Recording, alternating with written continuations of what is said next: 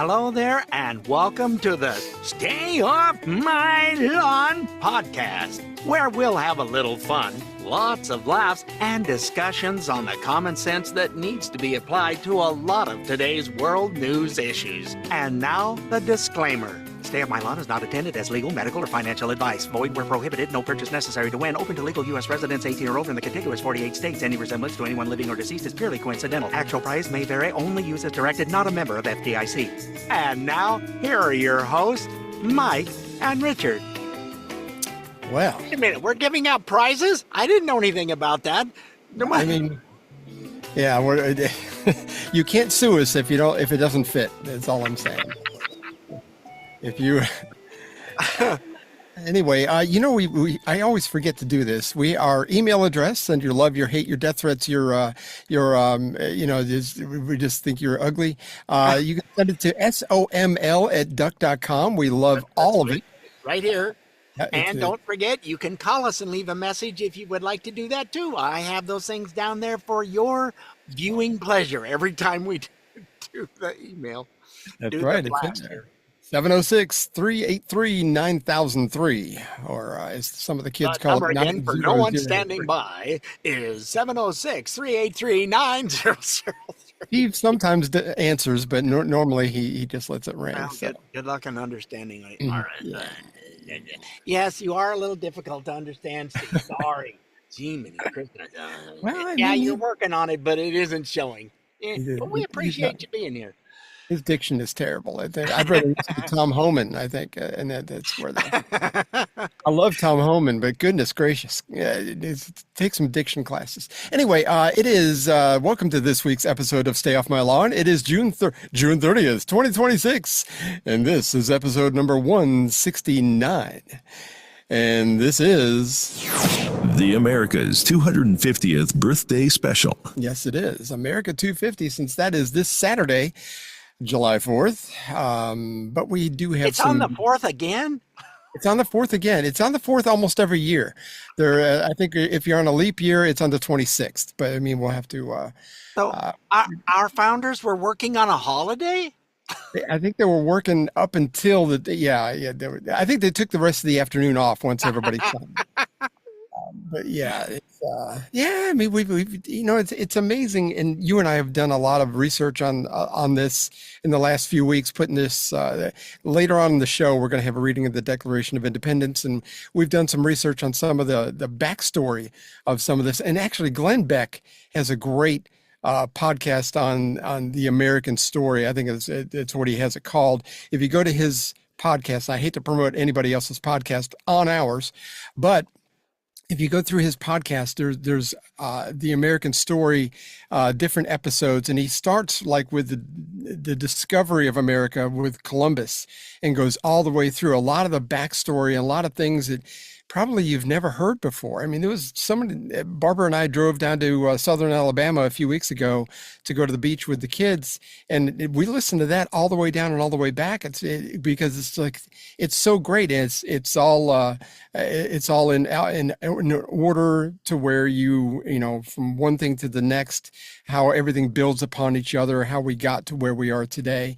And it's fantastic. I think he's still releasing the episodes up until this Saturday, but it's fantastic. It's very well done, and this is part of the reason why I kind of had the idea is that we need to do something for the force. Something we knew we had to do something special. I just wasn't exactly sure what, but I think it turned out really well. Our reading of the Declaration. Yeah, it's amazing how we figured out the two of us were struggling, and what do we want it to sound like? And I came up with one and sent it to him, and he goes, "That's perfect. That's just that works with what's there." He found the music. We still work together on stuff. It's just kind of fun, and we don't do a lot of chatting about it. It just comes up, and it's like, yeah, okay, well, hey, have you thought? Ooh, perfect.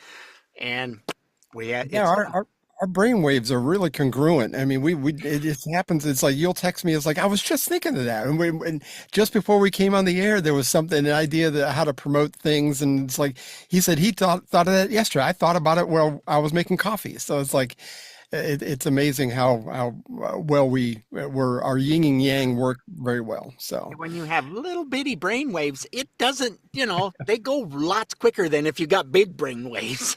true. Yeah, the higher the peaks, the more noise gets in there. So yeah, we don't have to worry about that. Oh my gosh. Okay, sure.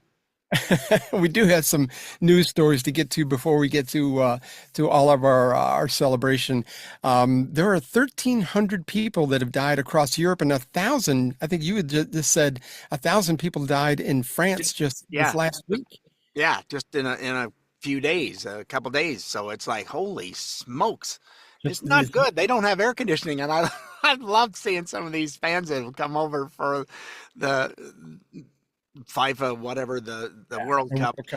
and they're over going. One guy's just like, I could just sleep against this. He's just snuggled right up to the air conditioner. I don't want to leave. No, I mean, and that's the thing that gets me. It's like air conditioning's been around a long time. I mean, and it's far above from what the window unit that we used to have that cooled our whole house in Southwest Florida. I mean, it's like our house wasn't big, granted, but I mean, that's what we lived on. It was like, and to me, it was heaven on earth. Because it'd be 95 degrees outside, and like you said, some of these people in Texas, they're walking into Buc-ee's. It's like, and this is like it's amazing. It's like a museum, and one of them was in Walmart, and he said it was like a museum. But anyway, the air conditioning was one of the recurring themes you hear him talking about. It's like, Yeah.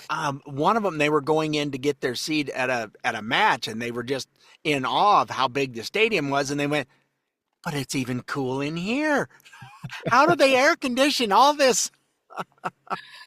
It, it it's amazing. I mean, technology's been around for a long time. Like I said, I grew up in I remember getting the air conditioning and where it was better in the mid '70s, early '70s, and it was great. I mean, Okay, considering what well, in the 60s, growing up in Idaho, because as a dear departed friend would say, it was drier than a popcorn fart. But we'll get close to 100 degrees with the humidity being maybe 17, 18%. And so it's really dry. So you have a lot of swamp coolers here because we don't have the humidity. So that was the precursor to regular air conditioning with swamp coolers. And I remember my folks bought, and we used it when we first got married, was a little tiny square box, and it had the stuff that I replaced a couple times in the back for the water. It goes up, bubbles up, and then runs down the stuff in the back of it. It's like I don't know, like a filter type thing. The water runs through it and it pulls the air through that, and it's actually nice and cool. Hmm. And then if you overfilled it with water, or you had it turned up too high so it was bubbling lots of water out the top from the reservoir where it was, all of a sudden you're going, and it's spitting at you. the swamp coolers that we used to have at work, they actually extracted water out of the air. Because sometimes in the summer it's like walking through soup here in the South, Yeah, and it's like, we don't um, but there would be like a 5 gallon thing in the bottom of the swamp cooler, and by the time 6 hours of your shift was over, it was full. 5 gallons of water extracted out of the air, and it was still a swamp cooler by definition, but it didn't blow dry air like you have in your house. So I mean, it was. I think it was because it was cheaper. It's the only reason they bought it, and because its industrial size is like the size of about the size of a small car. I mean, these things are Yeah, huge. they're huge ones, and a lot of people, different areas would have them up on their roof when they were coming about, or there's a Okay. section where they've got them on a stand and it's blowing up above where the blow part is, and the rest of it's outside. Yeah. So it's yeah, that's what we've had here for quite some time. But yeah, we got to enjoy some of your humidity here. What day, what night was that? Friday night. Uh, in between Friday night and Saturday morning, we had 2.5 inches of rain. Now, our annual rainfall is between 8 and 9 inches. So we had a fourth of our annual rainfall in 12 hours. And there Incredible. was just floods and the road going up the hill, and they were patching that up yesterday, and it just all kind. We don't get that kind of water here. I mean, it just was unbelievable. I haven't watered the lawn since Saturday. I did it on Friday and went, well, I really didn't need to do that on Friday either. Goodness. Yeah, where I live, we don't have to water. I mean, I think there is a little bit of a drought going on in Florida, but here in Georgia this year, we've been we'll go through like 10, 15 days where we hardly have any rain. Then we'll go through like 7 days where we have some every day. So I mean, it depends on what cycle you're in, but the ground's halfway decently saturated all the time. I never water anyway because heck, all that makes me do is have to mow more. So I don't. Yeah, I've got to get out there and do it. I was going to do it yesterday, and then we got a little rainstorm come on. It's like, really? Let it dry out. Jeez. The thing that gets me over in Europe, though, is like they're just against air conditioning. I was reading an article last night as we were prepping for the show. They were saying that in Germany specifically, in the UK, they don't like it because the aesthetics of the building. You got this thing hanging out of a window. They don't build them in like we do here, where you have central heat and air. Every building here in the South has central air conditioning. It's just a big unit. It's outside. Or a heat pump is what we have, and it has air conditioning with it. But it's like they just don't want the noise, they don't want the aesthetic, they don't, and plus they believe that it's they're still buying into this whole climate change. If you're in government, a lot of the people I saw that there was fist fights going on in department stores in France over the last few air conditioning units that they were selling. I mean, they were like, because it was like 40.9 degrees the other day. It was at 107, 106 degrees. Like that. Yeah, I saw one day it said 104, and I'm going, oh, yeah. For Europe, that's really hot. And maybe it's 104, but it's anything over 100. I mean, and I would imagine France is not necessarily dry. I would imagine that's pretty humid. I think most of Europe has got some humidity to it. So, but anyway, I read a stat and I heard a stat the other day where they said 50,000 people a year die in Europe from the heat. And the updated stat that I read on several different news sites last night said it's over 175,000 people die annually in Europe because of the heat. To me, that's just like, it's so avoidable. This technology is not that expensive, and it's available. They're just so bought in. They think air conditioning is one of the big contributors to climate change. I guess because they had their hand on the outside of it and they could feel the heat being thrown off it. Well, we're just contributing to climate change. It's like, the heat coming off of an AC unit is usually less than how hot it is outside. Absolutely. Another stat is I saw that it's estimated that 90% of the homes in the UK do not have AC. Yep. And the rest of Europe is at about 80%. And I think that's mostly because of Spain, they get heat waves. They get several heat waves a year. So I would imagine, and that's just my speculation, but I would imagine Spain probably, and Greece doesn't even have a lot of air conditioning. It's just, anyway, they've bought into this whole climate change thing, and they're still saying it. They're blaming America. Well, why not? We're convenient. They didn't have air conditioning units over in Hawaii either. However, on base for the daughter and son-in-law where he's stationed at, their house that they're in is very nice. It's got those the units that are up above, and then the stuff runs outside to a small thing on the side of the house. So it's like, it's got, our bedroom had it in it. Theirs did. I don't remember if the boys did or not. It might have. And then there was one main one downstairs, and that was it. They had like 3 or 4 of those units, and boy, it made it really nice because we could turn our bedroom into a morgue. Yeah. Yeah, it's those are the many things. There's a lot of people that are switching over to that from the heat pump and from using the central air. I can't remember the name of it though. The mini it's called mini something. But yeah, those are gained a lot of popularity in the last couple of years. A friend of mine, or my nephew down in Florida, that's what he's been putting in a lot of things in his house. So I mean, I mean, whatever works. I mean, and then you can have it in certain rooms and not in others if you don't want to. But Hawaii doesn't get that hot though. It's humid, but it doesn't get super, super hot. It's normally in the low 80s. Is that right? Yeah, where were we going? Oh, I was going grocery shopping with my daughter because we usually buy groceries. We're staying there. That's the least I can do. We're going to be there for 2 weeks buying groceries several times. And I remember hearing this big whine. It's so hot, Mom. It was 85. I'm going, Oh what? my. And it wasn't that humid because the breeze blows all the time off the ocean. Yeah. Not that big a deal. We were on a cruise and we went to Cozumel and we took a bus ride from Cozumel. And of course, the buses in Mexico don't have air conditioning. Everything is open air. So if it rains, you get wet. It's just the way it works. Sort of like when you were in school, the way the windows never worked. But anyway, we would be driving, but the leader of our tour, it was about 85 degrees. We always went in February. February, the weather is just perfect in the Caribbean normally. But he had a long sleeve, one of the thinner long sleeve shirts on.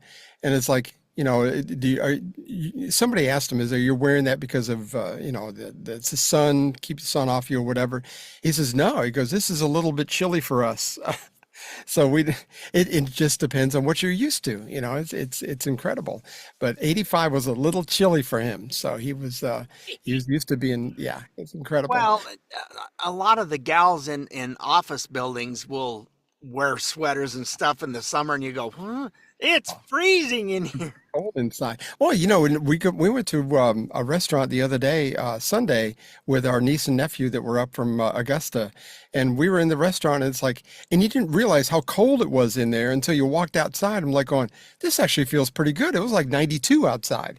It's like, this feels much better. When you and I went to eat in North Carolina last year, Oh, yeah. it was very, very chilly in there, and as we walked out, I was like going, oh, that feels better.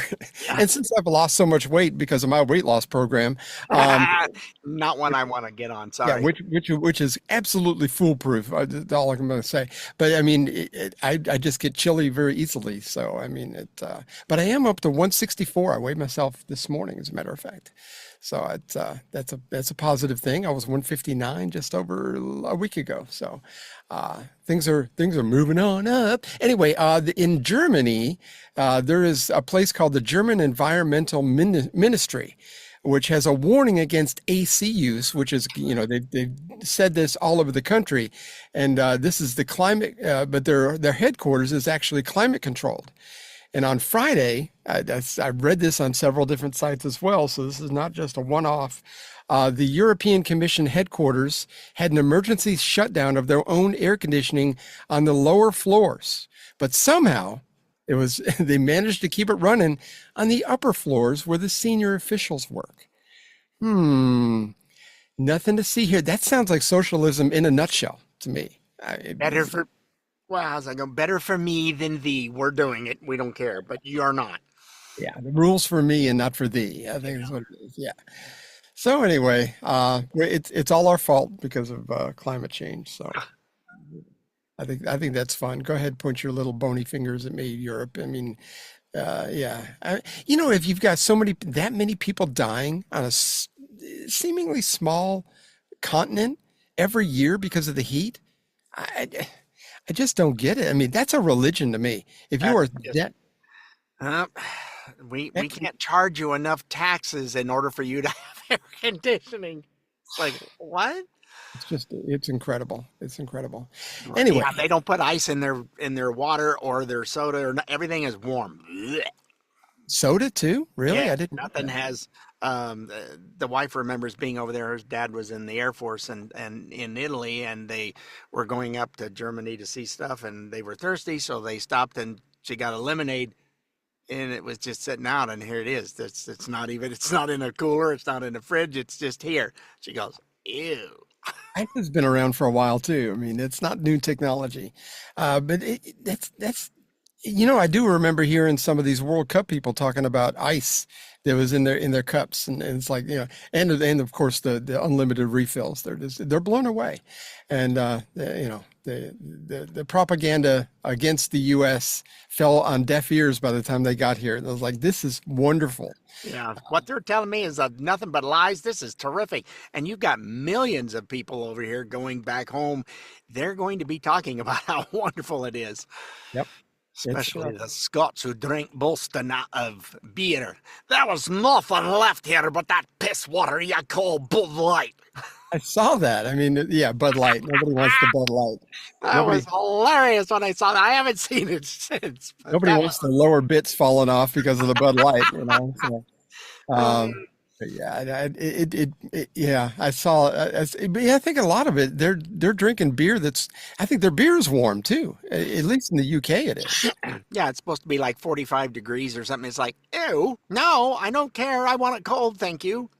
I want my Coors Light mountains to show blue. You know, that's yeah, it's got to be cold. Anyway, moving on, the Department of Health and Human Services has uncovered millions of fraudulent Obamacare accounts. I am in shock. Blown away.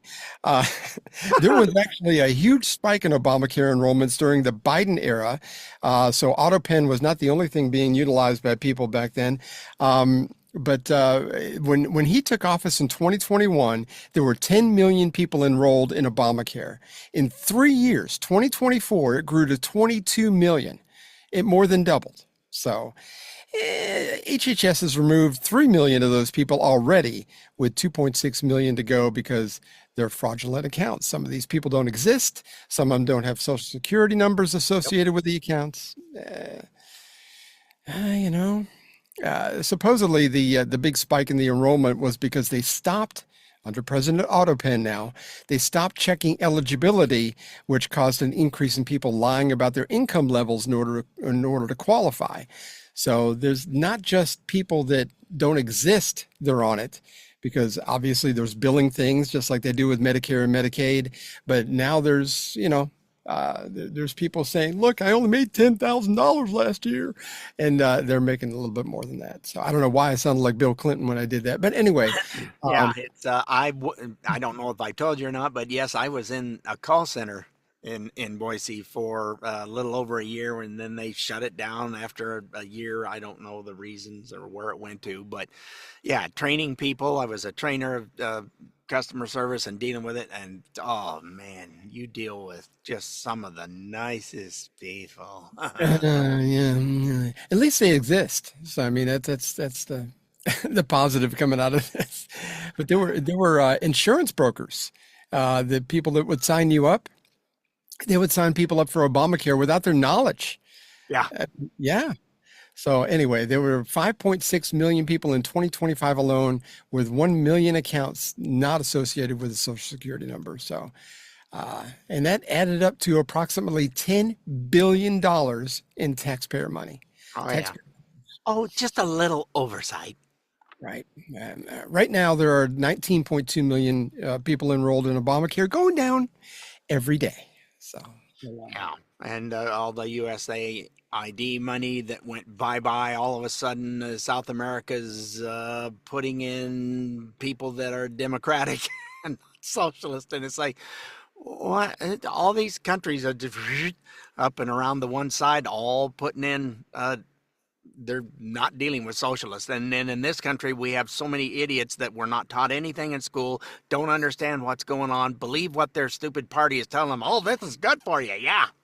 Wink, wink, because we'll be at the top and you will have nothing. And they have Javier Milei to look at and see his example. And we were talking about that last week. His example of how to turn our country around that was very dependent on welfare and different things. And he's made huge differences just in 3 years. He hasn't been in office a total of 3 years. It's been 2.5 years. Wow. So I mean, it's huge strides. When he got in, inflation was like 212%, something like that. Over 200, yeah. It's dropped all the way down to 30, which is still high, but it's not 212. Right, that's right. It's moving in the right direction for sure. So And speaking of people that don't have any education from high school or whatever that understand the difference between a socialist and capitalist and the different societies and how they're run, we've been noticing a trend that the Democratic Socialists of America have been winning a lot of primaries across the country in different places. Maybe not everywhere, but in certain pockets. Of heavy blue stuff where Yeah. they just will, okay, there's a D behind their name. Okay. Basically, yeah, but and that's another funny thing we're going to get to here in a minute. But it's like the Democratic Socialists are not all that feeling warm and fuzzy about being aligned with the Democrat Party, even though they are using the Democratic Party. But All they're doing is using it. And these people cannot see that. And we were talking off air about individual was going, well, I guess we should try socialism since capitalism's not working well. Excuse me? How is it not working well? And follow-up question, where has socialism ever worked? right, just give me one example. Nobody has one. And then they change the subject, or just all of a sudden you're ghosted. You don't hear anything. It's like they don't have an answer. I heard one man on the street thing some year, this is probably last year, where they said, well, it really, socialism hasn't really been implemented anywhere. I mean, it's just an idea. It's been this socialism light, and that's why it hasn't worked. I'm like, sure it is. Hey, goodness. Yeah, you apparently didn't see any news or hear anything about what was going on in Venezuela, Colombia. North Korea. I mean, let's just. That's communism. What do you think socialism is? And socialism is communism light. If you're going to do anything like that, that would be what that is. But it all ends up being the same. They still end up killing their own people when you don't agree with what the government's implementing. So, I mean, and we saw that in Iran. I mean, it's one of those things picking up steam that you go, like in New York, Chicago, and I posted something that way, and it's like, well, I'm in Chicago. I don't notice it. You mean you haven't noticed that your Bears are no longer Chicago, that you've had somewhere between 8 and 10 large corporations move out of the state and out of Chicago area. That affects a whole lot because they finally tax people to the point of, we're going to tell you what you're going to do and you are going to do what we tell you. And then they go, what? Seattle, Boeing's moving out that's been there 100 plus years. And go ahead. Tell me how this socialism's really working out. State governments in those places are no better. They're trying to tax the people. I mean, the whole state of Illinois, there's a lot of companies moving out of Illinois and California and Oregon and Washington, just because the state is not very friendly with business. Georgia has been extremely friendly. Texas, Florida, Tennessee, there's been a lot of, and Idaho. And Idaho's been a big thing for Californians to go to. I mean, it's and I just hope it doesn't change our states. I worry about that. They Northern Idaho doesn't want the Washingtonians coming over because it's like, no, we're full over here. No, you stay over there. You voted that crap in. You stay where you voted it in. Yeah, they're not very kind to them. If it didn't work there, don't come here and try to make it work here. And I've heard the Californians or wherever they came from, I believe it was California, but waiting in line to get your groceries and somebody's having a chat with somebody else and I come up here and I'm still looking, where's all of our free stuff? It's not free and we don't do that here. Right. And we bought our first house, but then we had to actually get a loan for the second one. The housing's not as cheap as they said. Oh, you poor soul. For the second one. Nice. Yes, for their rental, they had to put a mortgage on it. First world problems. Goodness gracious. Anyway, the Democratic Socialists of America, the website has said that they have won 35 total races, primaries, different smaller city councils, different things across America that people that are associated with the DSA have won these races in this last round of elections. But the old school Democratic leaders are not sure what to make of this big shift to the left. I don't think they're really, they don't seem too happy about it. And the DSA is not too shy about saying that they're not happy with the Democratic Party either. I put together a montage of some of these. This nice.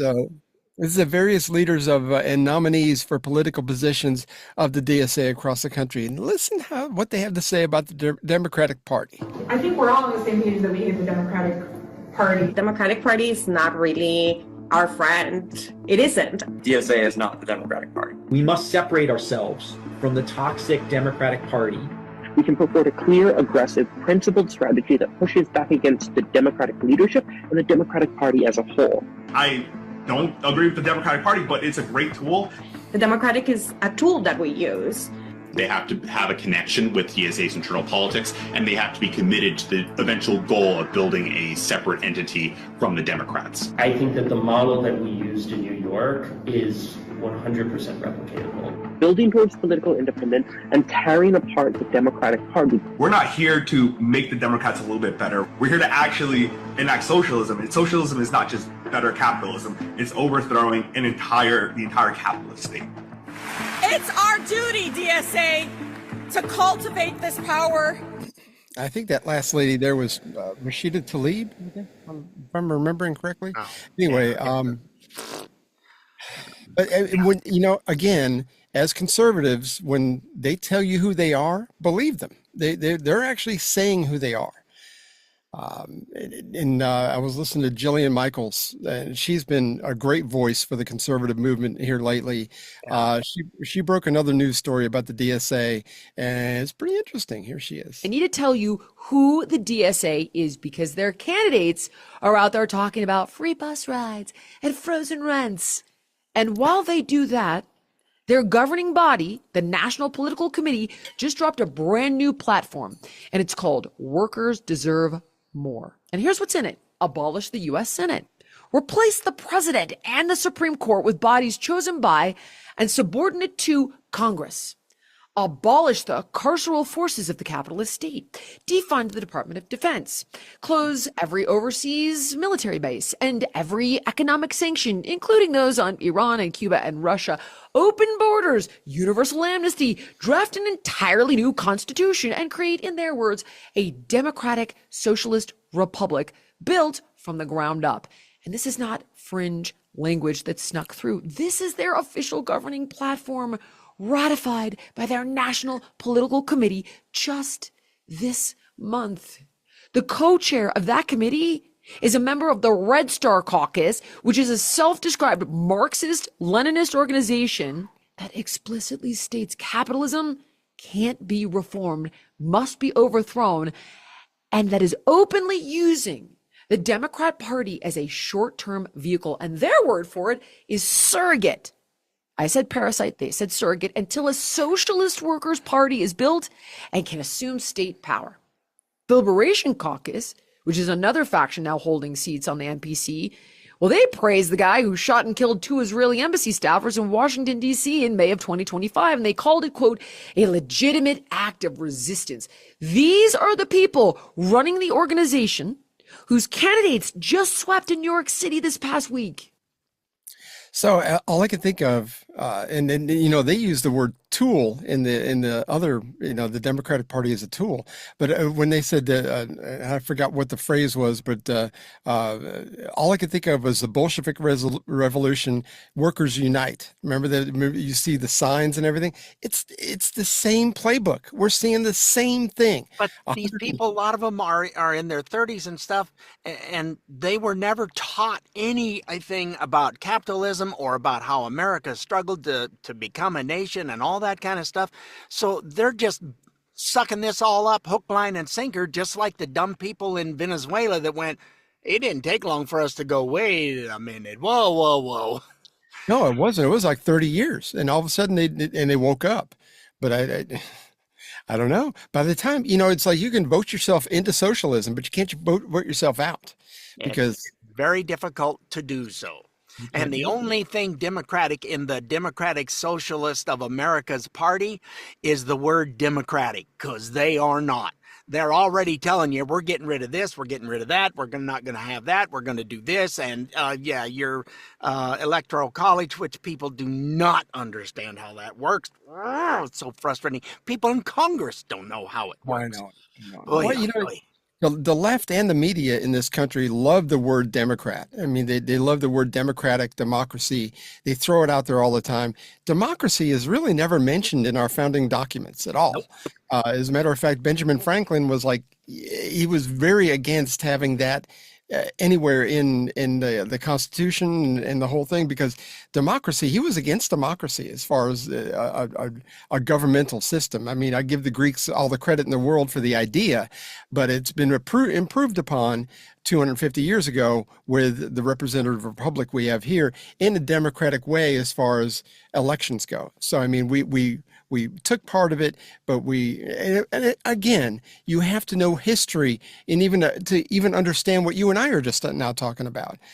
We paid attention in school, and this is something I learned in high school 40 something years ago. Yeah, and the worker, and they're going, nobody should have $1 trillion when Musk, IPO for his company, but then he made 4,400 people instant millionaires, and they never bothered to mention that his companies now are hiring over 160,000 employees. I saw 165, 160, something. Still, that's a lot of people working for him that he has created jobs for. Nobody else is. Socialism doesn't create jobs for other people. I worked for a Fortune 500 company, and there was a lot of money being moved around in the upper echelons. All I knew is I was able to pay my bills, and it kept me working every week, and it treated me well. Why would you? Again, because if you don't understand capitalism, you buy into this whole class warfare thing, and it's just it's a toxic thing to buy into. Well, Margaret Thatcher said if socialism is just eventually you're going to run out of other people's money. Well, look what's happening in California. They're running out of other people's money. They can't pay their bills. They are like $115 billion in debt now. Yeah. It's ridiculous. And then you've got my dear friend in England,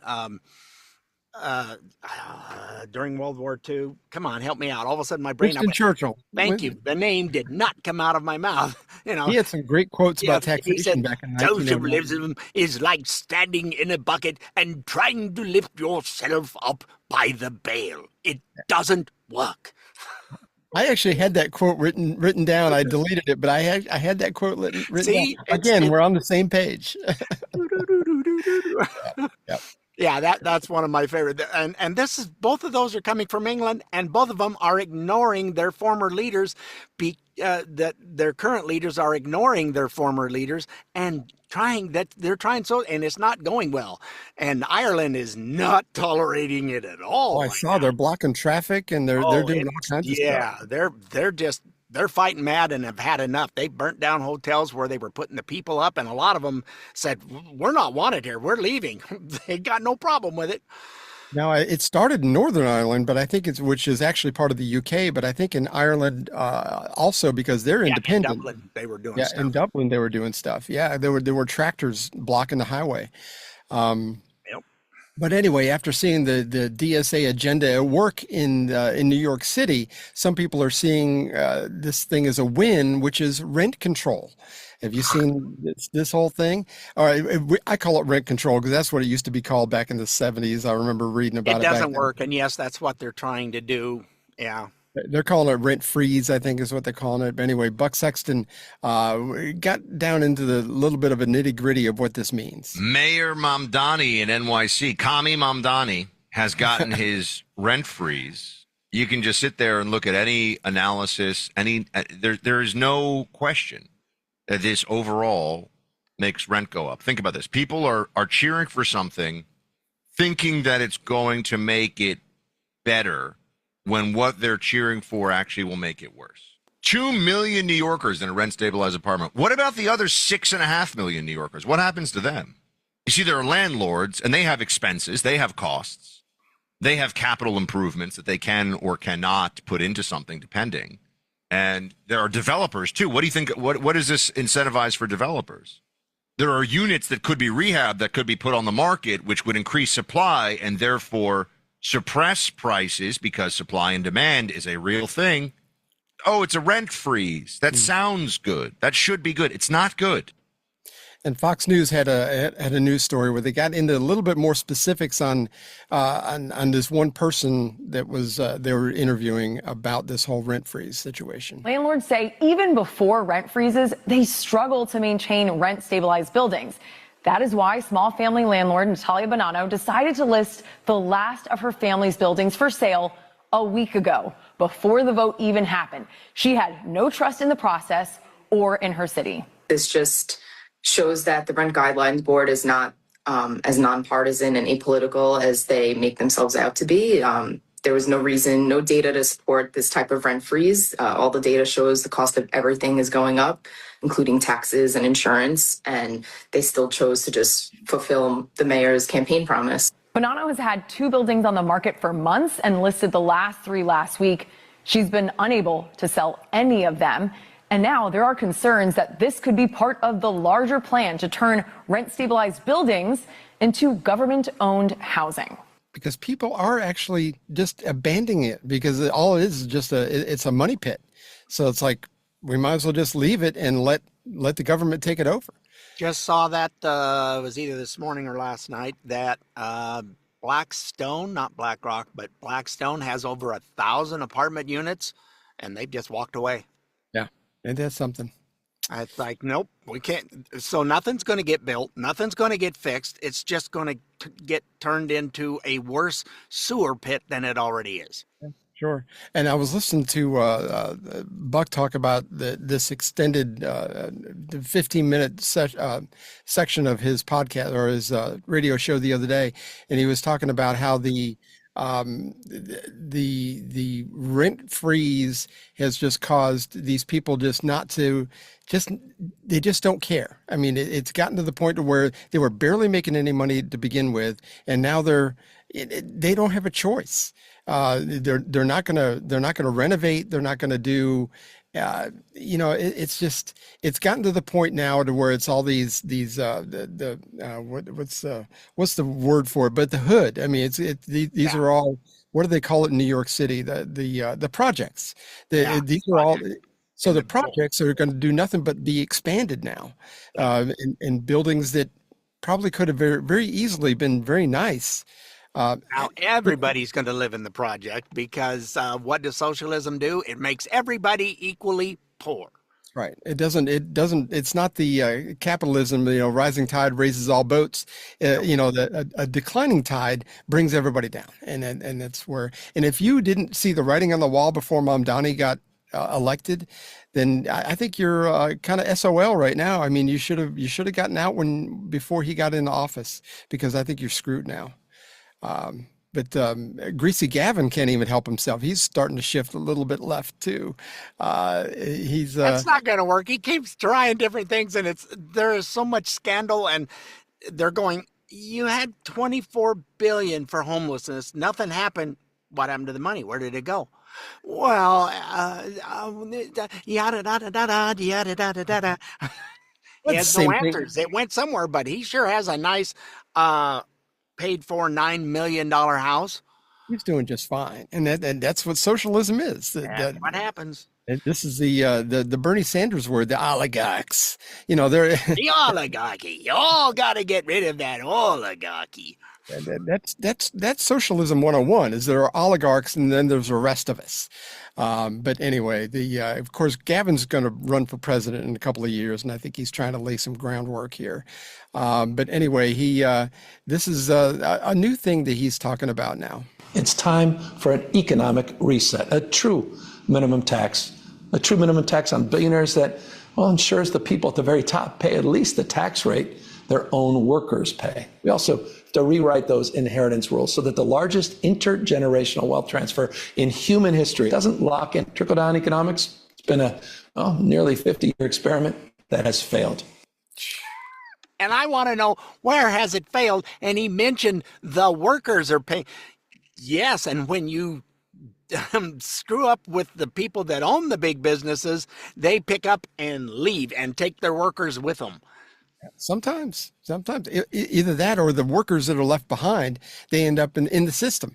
So I mean, there's not enough people to pay for all those folks that all of a sudden are unemployed, or because they don't have the money to go. All those folks at the fast food industry, how many hundreds of those businesses just shut down, closing locations. We can't afford to pay that much, so they just shut them down. Well, that's a whole lot of people now that are on unemployment. You know, we were talking a couple of weeks ago about Washington State giving a 10% tax on millionaire tax. If you it was something, and all of a sudden they immediately jumped up and said, bye-bye. Yeah, exactly. So California, being California, and on the ballot in November, they're put on for the voters to approve a 5% billionaires tax. It only affects about 200 people or so in the state, but 5% immediately. Everybody's got to pay the 5% just to be a citizen of California. But if you leave, I think written in the bill, this is what I read on I forgot where I read this, but written in the bill is it's retroactive to January. So, I mean, even if you leave, you're going to be billed for that 5%. It doesn't matter. You can't escape. I don't think that's going to fly in the courts. I think they can put that in there, but New York's trying to come up and do the same thing where they call it an exit tax. It's like, no, that's what makes America free. You can pick up and move, and I think I want to work over there, or you're young and sturdy, and you know what? The oil fields in North Dakota might be bad, but I can go over there and still live here. I can go over there for 2 weeks, come home for 3 weeks, go back and work for 2 weeks. That's what a lot of people were doing. They make good money. It's hard work. Yeah, I mean, it's not easy, but you can still live in the house you have, and you go over there and just live in a big like bunkhouse type thing. That's what a lot of them do, and their money all gets home, and they're working long 12 14-hour days every day, 7 days a week for 2 solid straight weeks, 2.5 weeks. Then they get a week sometimes. off. They get more than a week. They'll get 2.5 3 weeks off. Is it that long? Yeah. So then they'll come back home, they get to be with their family, and then they're gone again for another couple weeks. So it's hey, you want to do that, you can do that. Move and go where you want. Exactly. Anyway, in celebration of the 250th birthday of America, there's a lot of cities that are putting on. We've got some huge displays around here in Georgia because we still love our country. But in some parts of the country, they've canceled the 4th of July activities. Now, totally, and Richard and I were talking about this off the air, I totally get it. If you've got wildfire situations, you got low humidity, you've got heat wave, you got drought, I totally get it. I mean, safety issues, I totally understand. But some places are saying because of safety and budget constraints, they don't have enough police to handle crowds this large or whatever. But some in California, they've actually said it's because of ice activity that they're afraid of during these events. Los Angeles County, specifically, Bell Gardens, Esparto, and Whittier, California, have all said openly, it's because of this, Okay. Tell me you love America, but you don't really love America. Yeah, you want to make things better. Well, yeah, we went way past a break there. Did we? We did. We're gonna do a break right now, and this is actually a taste of what we're going to be doing for our palate cleanser for the rest of the year for our 250th. This is a guy in Texas. It's a broadcaster friend of mine just northwest of Waco. That I don't know whether it's a local guy that came in and recorded these, but this is all about Americana. They're only about 2.5 minutes long, but it's different things Americana. Of course, this week it's about the Declaration of Independence. So I think you're going to like this. So here we go. Stay tuned. More of the Stay Off My Lawn podcast is coming up. Most people think of the Declaration of Independence as a document, a piece of paper, something framed on a wall in a museum. But on a late summer morning in Philadelphia, it was something else entirely. It was a death warrant. The Declaration was adopted on July 4th, but most delegates didn't actually put pen to parchment until August the 2nd, 1776, and on that morning, every man who walked up to the table and picked up the quill knew exactly what he was doing. They weren't signing a petition. They weren't casting a vote. They were committing high treason against the most powerful empire on the planet, and the punishment for treason was hanging. Benjamin Franklin, never short on words, reportedly looked around the room and said, We must all hang together, gentlemen, or most assuredly, we will all hang separately. The room laughed, but nobody put down their quill. 56 men signed that document, and the British made them pay for it. 12 had their homes burned to the ground. 5 were captured and tortured as traitors.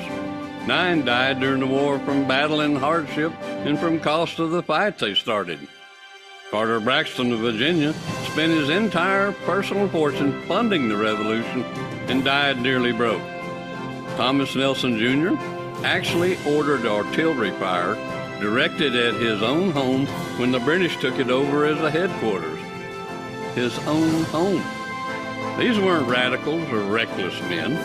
These were lawyers, merchants, doctors, farmers, men with families, property, reputations, and futures. Men who had everything to lose, and yet they signed anyway. John Adams wrote to his wife Abigail the night of the Declaration was approved. He told her this is the day that would be celebrated by generations of Americans to come, with bonfires and illumination and fireworks and the sound of bells ringing from one end of the continent to the other. He was right about 2 days on the date, but on everything else, 250 years later, John Adams nailed it. Happy 250th, America. Well, like I said, we have 23 of those that will run us through the end of the year, I think, pretty close. And so he's got different Americana things to talk about, and I love the way he reads the stuff. So I mean, very engaging, and it's not in what we're going to go over, I don't believe, but as far as the Declaration of Independence goes, you have John Adams and you had Thomas Jefferson, both of whom died hours apart on July 4th. And I forget the year, but it was on July 4th. Yeah, it was like 1789 or something. It wasn't that early. It was like 1799 or something. Or was it 18? Yeah, it was in the 1800s because Jefferson was president in the 1800s. Right, exactly, that's when we got the Louisiana Purchase. You're right. I just didn't put that. I'm not good at mathing, man. But this is all. They were both well into their 80s. So, yeah, and I cannot remember that. I just remember that fact was rather interesting. That's a long life for back then. I mean, people didn't live forever. Benjamin Franklin, I think, was in his 90s when he passed. Yeah, he was.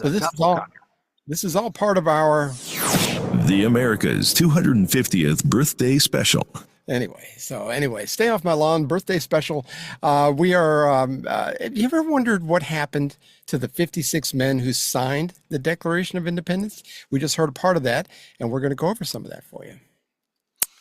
So, and that's you. No, you start. I'm in the purple. Yeah, I just said the first. Oh, you did read it. I'm sorry. Wow, I got to be paying attention. I was looking at my stuff. Anyhow, there were 5 signers that were captured by the British as traitors and tortured before they died. 12 had their homes ransacked and burned. 2 lost their sons in the Revolutionary Army. Others had 2 sons captured. Another had 2 sons captured. 9 of the 56 fought and died from wounds or hardships of the Revolutionary War. And you might wonder, what kind of men were they? 24 of them were lawyers and jurists. 11 were merchants. 9 were farmers and large plantation owners. These were men of means, well educated, but they signed the Declaration of Independence knowing full well that the penalty would be death if they were captured. Carter Braxton of Virginia, a wealthy planter and trader, saw his ships swept from the seas by the British Navy. He sold his home and properties to pay his debts, and he died in rags. Thomas McKean was so hounded by the British that he was forced to move his family almost constantly. He served in the Congress without pay, and his family was kept in hiding. His possessions were taken from him, and poverty was his reward. Vandals or soldiers or both looted the properties of Ellery, Clymer, Hall, Walton, Gwinnett, Hayward, Rutledge, and Middleton. At the Battle of Yorktown, Thomas Nelson Jr. noted that the British General Cornwallis had taken over the Nelson home for his headquarters. The owner quietly urged, this is what he had just said in the thing earlier, he quietly urged General George Washington to open fire on that home. The home was destroyed, and Nelson died bankrupt. Francis Lewis had his home and properties destroyed. The enemy jailed his wife, and she died within a few months. John Hart was driven from his wife's bedside as she was dying. Their 13 children fled for their lives. His fields and his grist mill were laid to waste. For more than a year, he lived in the forests and caves, returning home to find his wife dead and his children have vanished. A few weeks later, he died from exhaustion and a broken heart. Norris and Livingston suffered similar fates to this. Yes, and such were the stories and sacrifices of the American Revolution. These were not wild-eyed, rabble-rousing ruffians. They were soft-spoken men of means and education. They had security, but they valued liberty more. Standing tall, straight, and unwavering, they pledged for the support of this declaration with firm reliance on the protection of the divine providence. We mutually pledge to each other our lives, our fortunes, and our sacred honor.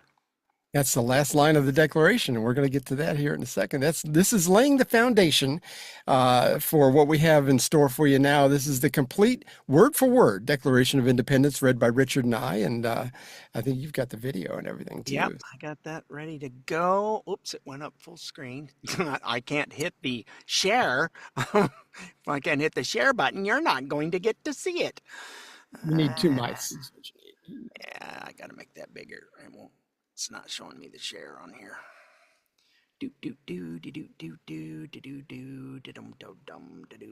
I did this earlier, and now, oh, there it is. It's way up at the. They move things around on this, and it's it used to be just click and you're done.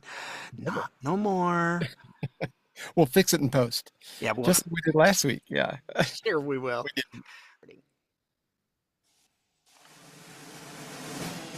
In Congress, July 4th, 1776, the unanimous declaration of the 13 United States of America.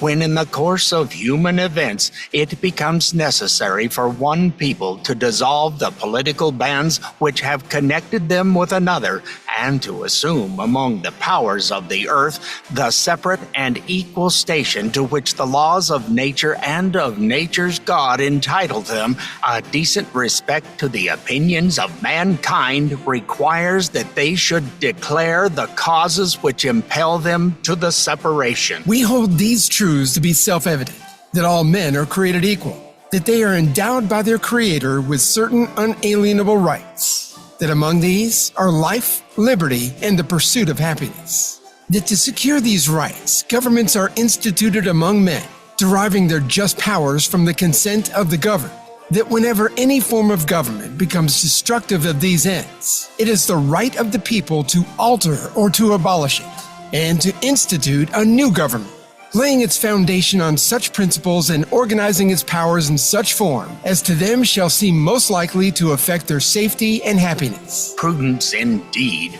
will dictate that governments long established should not be charged for light and transient causes, and accordingly, all experience hath shown that mankind are more disposed to suffer, while evils are sufferable, than to right themselves by abolishing the forms to which they are accustomed.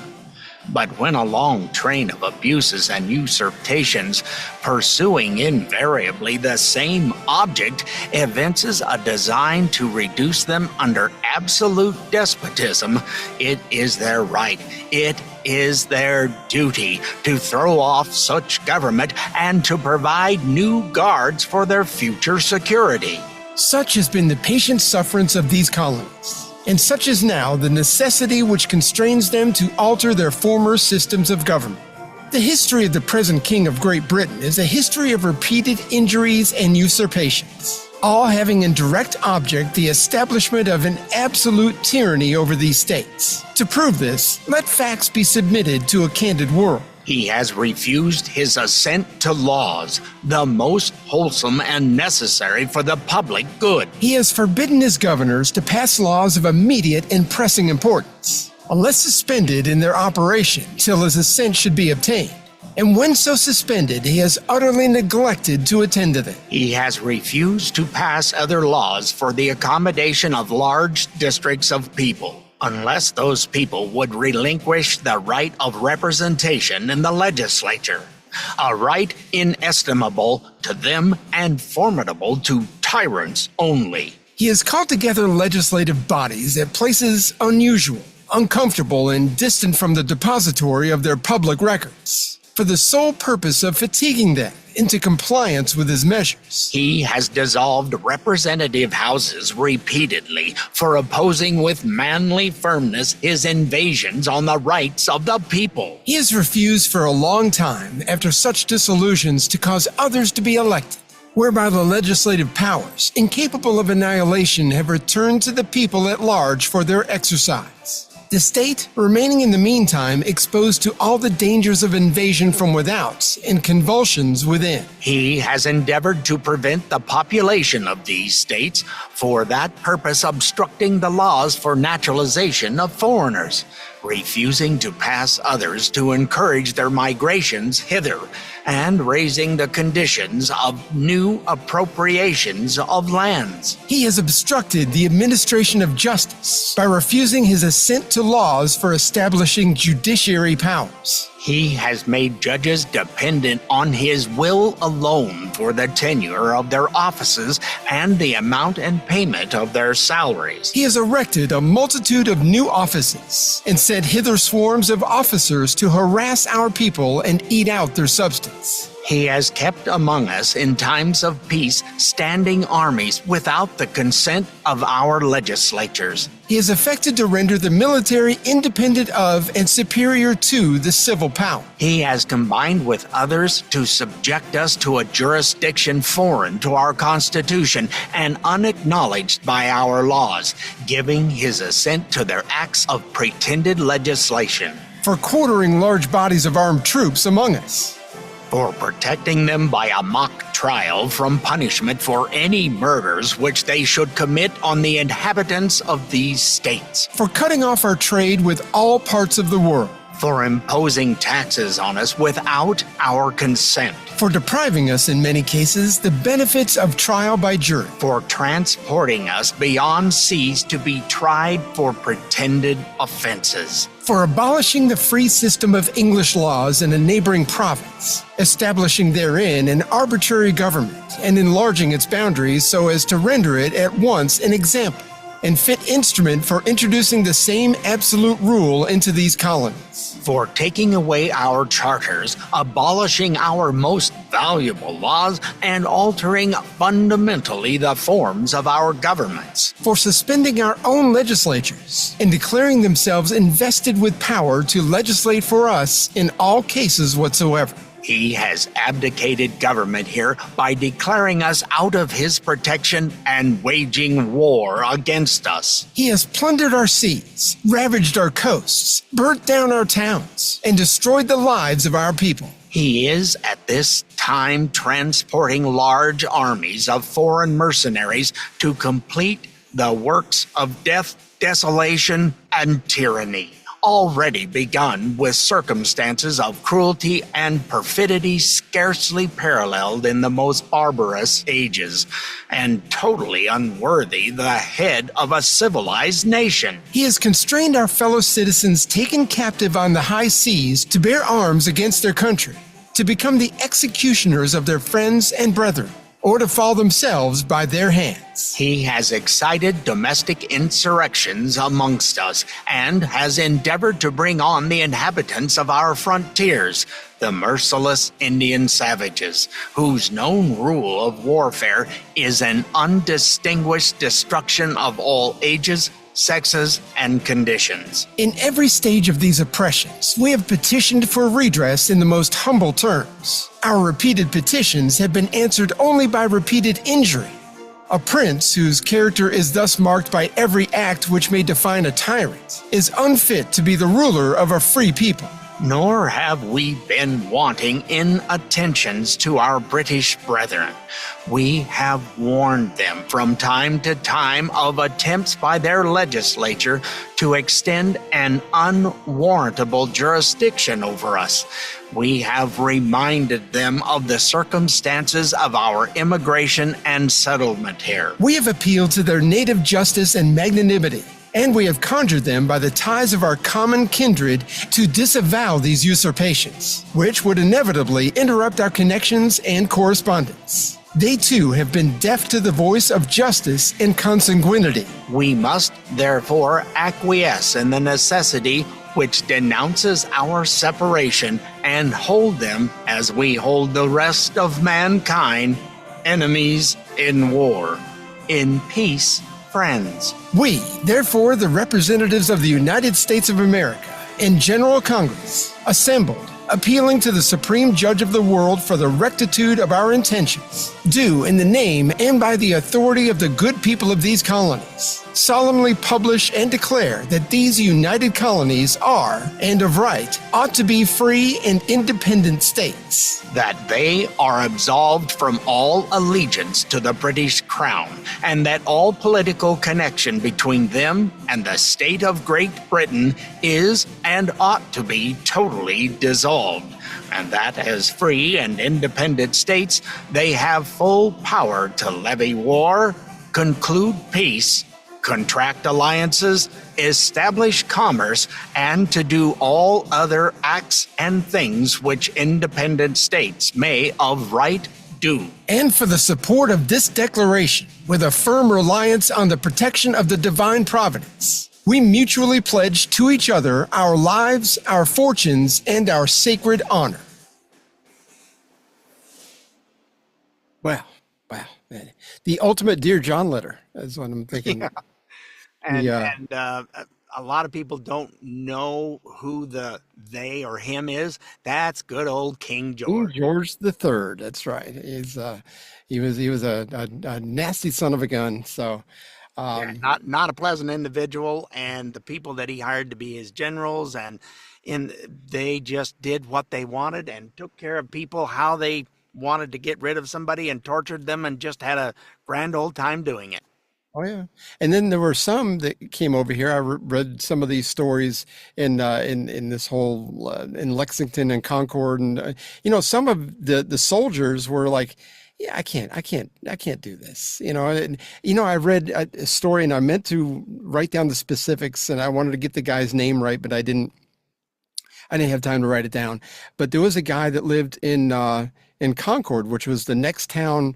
Everything that shot her around the world was in Lexington. They moved to Concord, and there was a second town they went to, and there was an 80-year-old guy that lived in his house that came out and saw the redcoats coming, came out, and he killed off a couple of these guys, and 80 years old. He got shot in the face with a musket, stabbed 13 times with bayonets, and was left in a pool of blood. This is like in the middle of winter during this whole Revolutionary War. This was cold weather anyway, and they got him to the doctor. The doctor says, he's going to die, so they sent him home to let him die. He lived another 18 years. Yeah, this guy. I mean, they just don't make men like that anymore. I am not 1/5 of that man right there. I mean, it is just one heck of a guy, and it is. I want to get his name. I'll have his name next week. I've heard that one too, and that's the thing with all of these lefties is, it's just a bunch of privileged white guys. No, that's not what it was. Some of them had money, but by the time the war was over, not many of them had anything left. It was unusual to even have a home left to go to. So, yeah, you think that it's just the same as it is today with the nice accoutrement? No, it was nowhere close to what we've got. Certainly no air conditioning. Yeah. I'll give you that. But I mean, I think that and we read through all 56.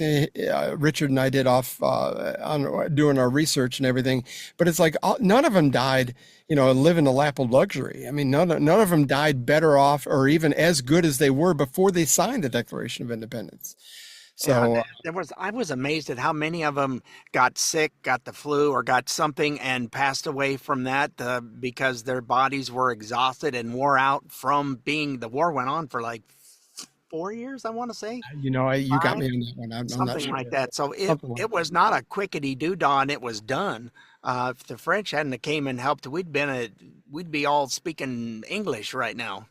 And even in the Civil War, if you think about, and I saw this stat a while ago, so if I get the numbers wrong, but even in the Civil War, most of the people died, at least the Southern Army died because of frostbite and disease. It was an environment that they weren't used to. So it's like a lot of them didn't have good shoes. So they had frostbite and they ended up dying of that, as opposed to getting stabbed with a bayonet or shot with a musket. I mean, it was Malnutrition was another thing that Yes. was bad because if you weren't, how do you support all these? Well, they'd go and somebody had a bunch of animals that they just would confiscate them, and it's like tough noogies. This is going to us.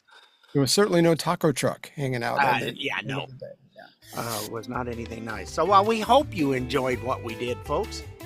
We're really proud of it. We think it turned out pretty good. I'm very. We actually sent this out to a bunch of radio stations that we're affiliated with, and hopefully they will run it, and that would be a blessing to us. We just did it just so we would bless other people with all this. So. We wanted to do this for our listeners, and it's something that we're both very patriotic and believers in how this country has made itself great, and it just sickens me to see all this socialist talk and people going, well, capitalism doesn't work. Really? Who are you listening to? No, that's kind of what brought us together to begin with. We saw this decline during the President Autopen years, and it's like we got talking about stuff, and it's like, we see almost everything the exact same way.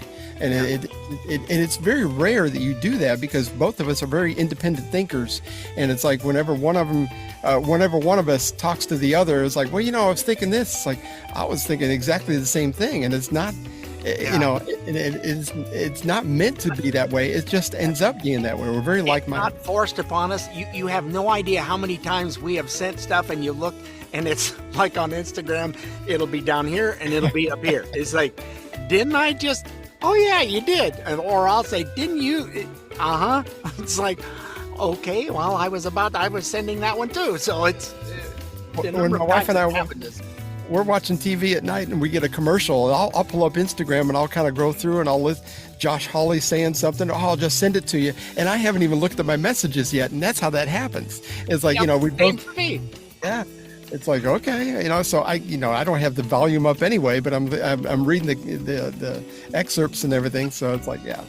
Anyway, we hope you were somewhat informed and had fun like we did. But don't forget, you can find us on iTunes, Spotify, iHeart, Amazon Smart Speaker, Rumble, or wherever you find podcasts. And if you have trouble finding podcasts, just go to our good old website of StayOffMyLawn.us for all our past and present episodes. We will see you next week, folks.